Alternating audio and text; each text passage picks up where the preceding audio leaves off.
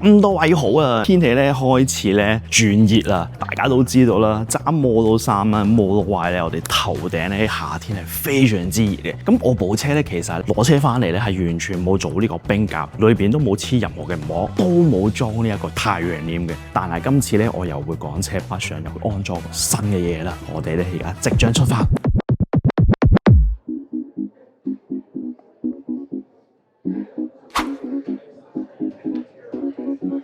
好啦，而家就準備上去啦。咁啊，講翻少少先啦。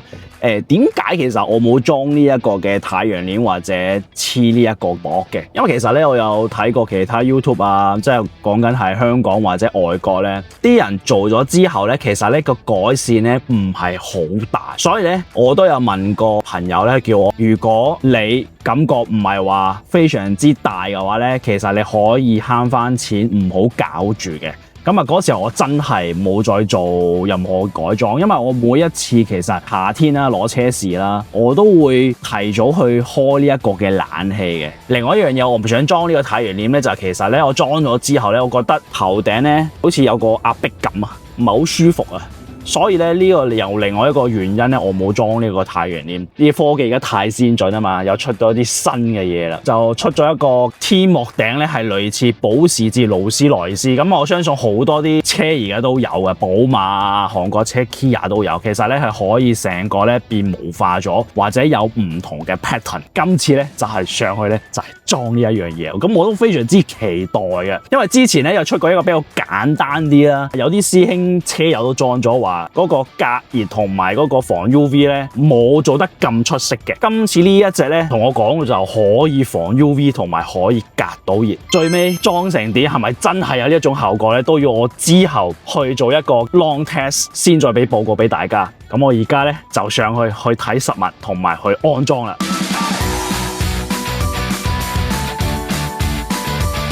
A few moments later， 好啦，個主角咧就喺我哋面前啦。咁啊，好多人話係咪一塊玻璃？其實唔係嘅，我見到咧係一個卷住嘅。咁啊未拆，咁啊到時拆咧會俾大家睇下，有晒所有嘅驗證啦 ，ISO 啊、SGS， 所以其實咧大家裝咧可以安心去裝啦。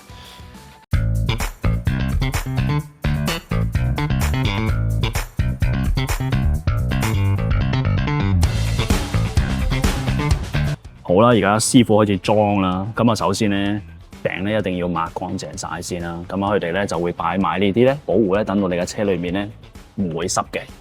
好期待裝上去係到時效果係點啊！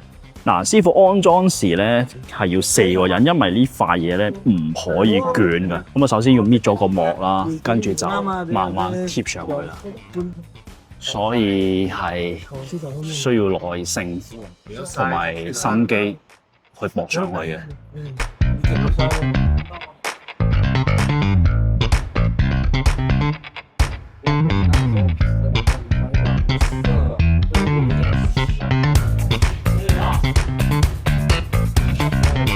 Many months later， 大家好啊！終於期待咗好耐啊！你係非常之好天，又曬又熱，終於可以測試同埋俾報告俾大家聽呢一個嘅電動天幕頂啦。咁啊，其實裝咗2個月嘅時間啦。近排嘅天氣咧又開始熱，做咗一個少少報告俾大家聽下。即係我用落去咁熱，咁啊拍喺呢個室外，其實個分別裡面嘅溫度咧，會唔會係有幫助？會唔會降溫啊？同埋揸車時咧，可以有啲咩特別嘅感受嘅？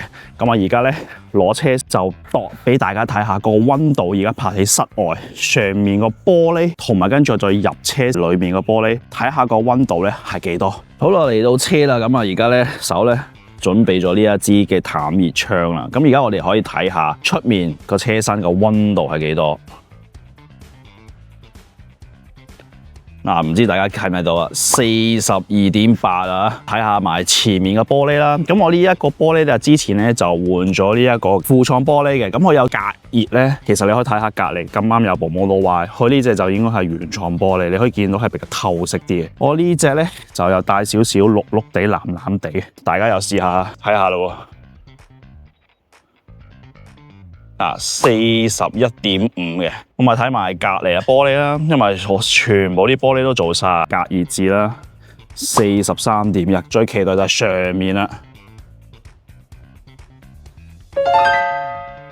哇，49.9焗爐嚟嘅，真係簡直係。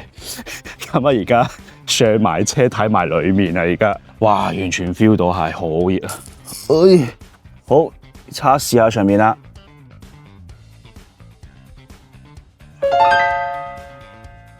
55.9，好恐怖啊！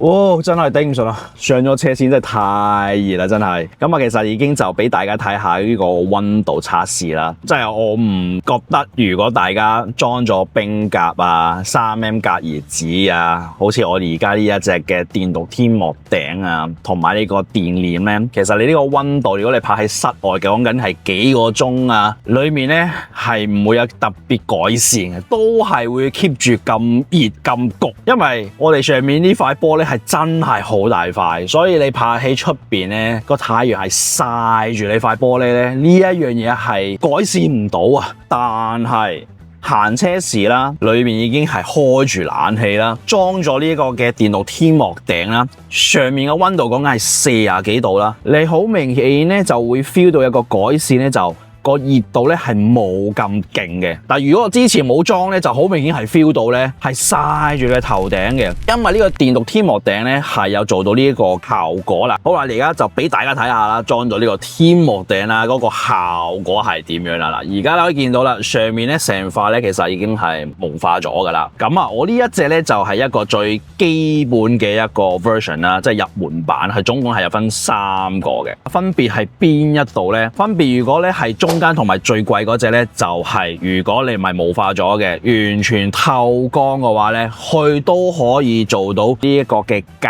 熱同埋降溫嘅，少少嘅啫，唔係好大嘅 percentage。如果大家咧變成霧化咗咧，咁啊大家都係一致嘅。同埋中間嗰隻咧，佢呢個嘅霧化咧就唔係好似我呢一個咧係有少少帶灰白色嘅，中間同埋最貴嗰個咧係會黑啲，即係佢係類似灰黑色。如果呢一隻咧，你一裝完之後咧，佢係會有個遙控俾你嘅，可以有幾種方法可以變翻透光嘅。第一咧就係用呢個遙控啦，咁你撳一下咧，咁大家可以見到啦，全透光嘅。再撳多一下咧，佢就會變霧化咗啦。咁有另外一個方法咧，就係用呢一個嘅語音啦。要講國語喎，唔可以講廣東話喎。嗱，咁啊要訓練下大家有冇學下國語啦。打開天幕，嗱，可以見到啦，完全透光晒。咁啊，刪落一樣啦。關閉天幕，咁啊就會變霧化。嗱，我試下用廣東話，打開天幕，佢完全聽唔明啊！如果廣東話，我用懶少少嘅國語啊，打開天幕。上者冷，輪胎冷 OK 嘅，係啦，所以其實唔係講得好標準，都證明咗佢係可以開得到嘅。咁呢個嘅電動天幕頂咧，就你可以見到好似成塊玻璃原廠咁樣啦。咁嗰個效果咧，同埋你唔會 feel 到有個上面有嚿嘢咧係壓住你嘅。我就係呢一個原因，就係揀咗呢一個嘅電動天幕頂。咁另外就係測試俾大家睇下，因為好多人都會講話呢隻係咪會好過呢個電動簾呢？頭先我都試咗出邊個溫度啦，同埋之前我都睇過一條片咧，就係阿克羅米啦，同埋有另外2個嘅車友嘅車咧，就泊咗喺海港城停車場，就擺低咗幾個鐘頭，跟住最尾大家睇翻個溫度咧，基本上全部大家係一樣，所以我唔理大家裝咗啲乜嘢咧，你擺喺太陽底下幾個鐘咧係冇乜改善嘅。我覺得嘅改善只係你行車時，如果有呢個電簾或者有呢個嘅電動天幕頂，或者假設你裝咗呢個冰格呢個嘅隔熱膜咧嘅改善係有，但係唔係100%你完全係解決咗呢件事情，唔係嘅，只係可能係改善咗10至20% 咯。睇下大家每個位車主每位朋友嘅需求，咁我覺得最平最經濟咧就一定係人手呢個嘅天簾啦，應該係最平嘅方法嘅。咁啊，如果話搶高級少少嘅，就裝呢一個電動天簾啦，或者呢一個我裝呢一隻嘅電動嘅天幕頂啦，可以用呢個聲控操控去，或者用呢個遙控，感覺上就高級咗。關閉天幕嘅 high class。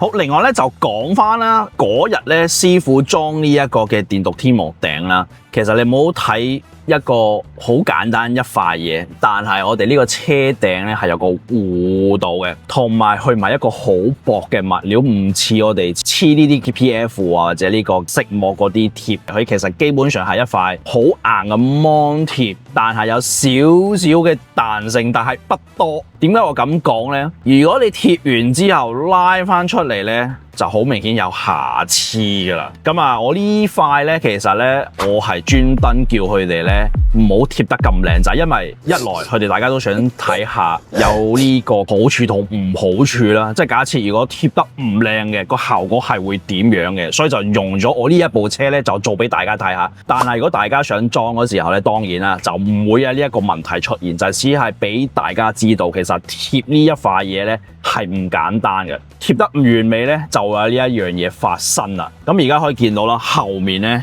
你見到咧呢度咧起咗個 pop 嘅，就係貼得唔夠完美啦，就會有呢一件事情發生啦。如果假設佢貼一貼，跟住再拉翻起嘅，就會有呢一種嘅白色嘅一笪笪仔啦。咁啊，大家見唔見到呢啲咧？就係貼得唔夠靚仔。咁其實你可以見到咧，我一移去咧，佢會再走嚟走去嗱。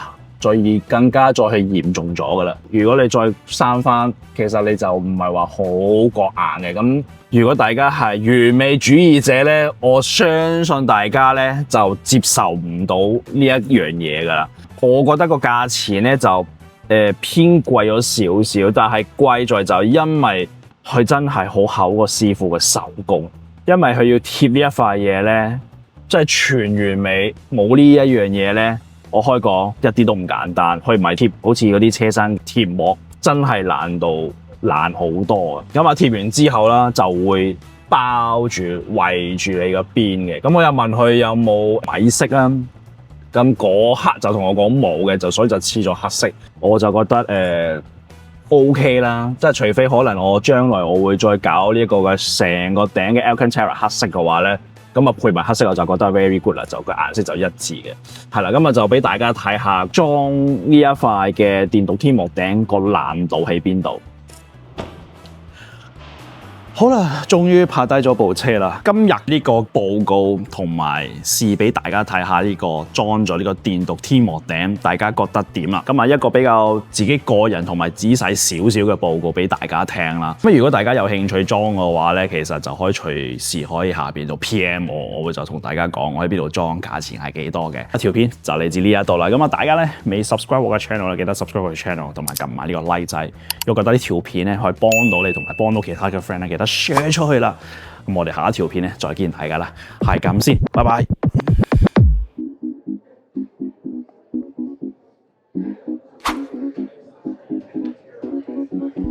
關閉天幕，打開天幕，關閉天幕，打開天幕。